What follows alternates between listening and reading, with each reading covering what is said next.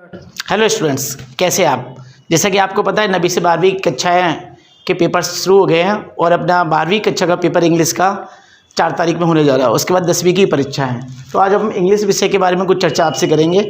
9वीं से 12वीं तक की जो पेपर्स आपके हो रहे हैं, 12वीं के स्पेशली पेपर के लिए ये जो वीडियो मैं शूट कर रहा हूँ, क्वेश्चन नंबर 1 और 2 की यहाँ पे चर्चा करेंगे। क्वेश्चन नंबर 1 में भी अनसीन पैसेज आता है और जो सेकंड क्वेश्चन आपका है उसमें भी आपका अनसीन पैसेज आता है और जिसमें आपको टाइटल और नोट्स हल करना है। तो यहाँ आज हम ये आपके दोनों क्वेश्चन को लगभग अपन सॉल्व करने वाले हैं। तो जैसे आपका पैसेज आया पहला या दूसरा, दोनों में ही अनसीन पैसेज आपके में, तो सबसे पहले अपन को उस पैसेज को अच्छे से रीड करना है और अपन को उसके कॉन्सेप्ट समझना है कि वो जो पैसेज दिया गया है वो किसके बारे में है। मोस्टली जो पैसेज होता है, जैसे यहाँ पे अपन देख पा रहे हैं, मैंने सेकंड वाला जो क्वेश्चन इसका जब आपको टाइटल लिखना है वो कैसे करना है, और साथ में पहला पैसेज भी अपन को समझना है, जब जाके उसके जो क्वेश्चन आते हैं वो अपन हल कर पाएंगे। जैसे कोई भी चीज़ का जब पैसेज आएगा तो उसमें मोस्टली जो टाइटल होंगे ये 5-6 में से हो सकते हैं। नंबर 1, किसी चीज़ का मान लीजिए महत्व दिया है, जैसे importance of tree, discipline, games and sport, education, mobile या और भी बहुत सारा। तो इन चीज़ों का महत्व दिया होगा। तो जब भी अपन टाइटल की बात करेंगे या जो पहला वाला पैसेज है उसमें ये समझेंगे कि पूरा पैसेज है किसके बारे में। तो बार बार वहाँ पर ट्री के बारे में दिया होगा या गेम्स के बारे में, एजुकेशन के बारे में या डिसिप्लिन के बारे में। तो ये अपन यहाँ पे समझने की कोशिश करेंगे पहला पैसेज है किस चीज़ के बारे में। दूसरा हो सकता है कोई प्रॉब्लम दिया हो, जैसे पॉपुलेशन, पॉल्यूशन, अनएम्प्लॉयमेंट, इस तरह की कोई प्रॉब्लम के ऊपर भी आपका क्वेश्चन आ सकता है। तीसरा हो सकता है कि किसी व्यक्ति के बारे में हो, भगत सिंह, सुखदेव, महात्मा गांधी जी या नेहरू जी या किसी के बारे में हो सकता है। वो पैसेज आपका जो है सेकंड या फर्स्ट वाला वो प्लेस के बारे में हो, किसी प्लेस को रिप्रेजेंट कर रहा हो। अगला जैसे हो सकता है किसी बिल्डिंग, ताजमहल, लाल किला, इस तरह का कोई पैसेज हो जो आपके 9th-10th में अक्सर आया करता था। कोई न्यूज हो सकती है, करंट अफेयर की कोई न्यूज हो सकती है, कोई युद्ध हो सकता है, सेकेंड वर्ल्ड वॉर जैसे हुआ, कोई संस्था हो सकता है जैसे द रेड क्रॉस सोसाइटी या वर्ल्ड हेल्थ ऑर्गेनाइजेशन WHO, या किसी कोई ऐसा भी पैसेज आ सकता है जिसमें उसके फ़ायदे, एडवांटेज और डिसएडवांटेज दोनों चीज़ दिया हो। तो सबसे पहले क्या करना है, दोनों ही क्वेश्चन में अपन को पूरा पैसेज पढ़ना है 1 से 2 बार, उसको समझना है कॉन्सेप्ट क्या है उसका और वो पैसेज काय के बारे में। यहाँ पे अगर अपन ने समझ लिया इस चीज़ को, तो पहला तो अपन टाइटल जो है सेकंड क्वेश्चन का टाइटल अगर आपको बहुत इंपॉर्टेंट है वो आपको बहुत ध्यान से रखना है। ये जो सेकंड आपका जो क्वेश्चन है वो 4 अंक का है, इसमें टाइटल का 1 नंबर है। लेकिन अगर आपका टाइटल सही होता है तो जो कॉपी चेक कर रहा है उसके माइंड में ये जाता है कि अगर आपने टाइटल सही किया तो आपने नोट्स भी सही बनाए होंगे। तो यहाँ पे अपन को विशेष गौर देना है कि टाइटल लिखते समय बहुत सावधानी बरतें। अपन समझ लें कि पूरा पैसेज क्या है के बारे में, इनके बारे में। तो टाइटल अब जरूरी नहीं है आपको यहाँ इंपोर्टेंस ऑफ लिखना है, डायरेक्ट आप ट्री, गेम्स, एजुकेशन, डिसिप्लिन लिख सकते हैं। ऐसे यहाँ पे द प्रॉब्लम ऑफ भी नहीं लिखे तो भी चलेगा, लेकिन आपको टाइटल समझना है।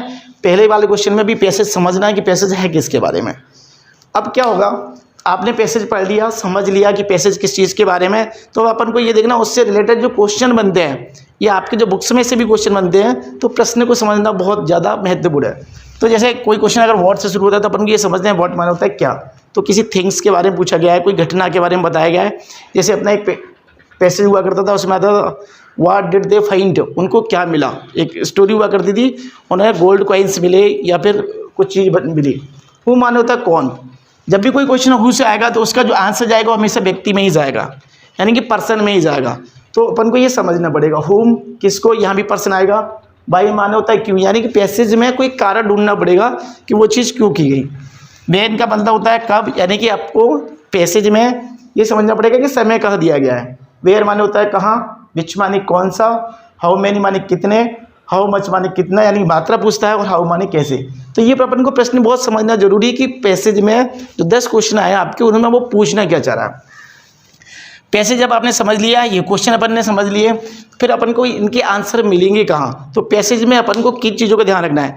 एक चीज़ मैं आप लोगों को बता दूं, आपको रोज़ पेपर में पेंसिल और रबड़ लेके जाना है, क्योंकि आपको पेंसिल से ही लिखना है। वहाँ पर अगर पेपर में कभी कुछ टिक कर रहे हैं, बाद में उसको रबड़ से इरेज कर देना है। पेन हमें पेपर पर नहीं चलाना है, ये बहुत सावधानी रखनी है।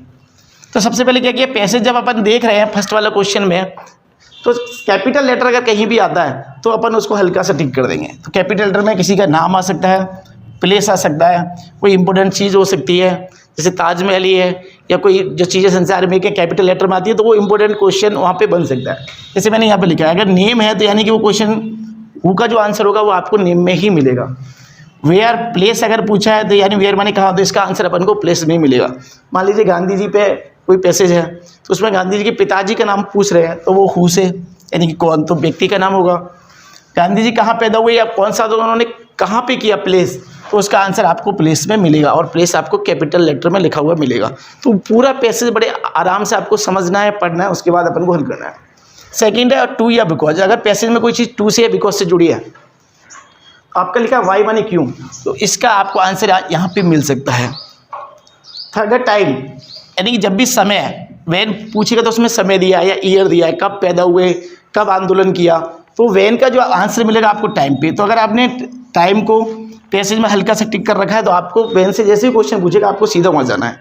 ये आंदोलन कब हुआ, वैन से पूछा, तो अगर वहाँ पे कहीं पे 2009 या 1857 इस तरह का कहीं पे लिखा है तो सीधा आप वहाँ पे आंसर पे पहुँच जाएंगे। अगला है जैसे वेयर, ये मैंने क्लियर कर दिया आपको। हुम माने किसको, ये भी ऑब्जेक्ट पूछता है, पर्सन ही आएगा यहाँ पे। प्लेस क्लियर कर दिया, वेयर से आएगा तो स्थान आपको देखना है, वहाँ पे जाना है।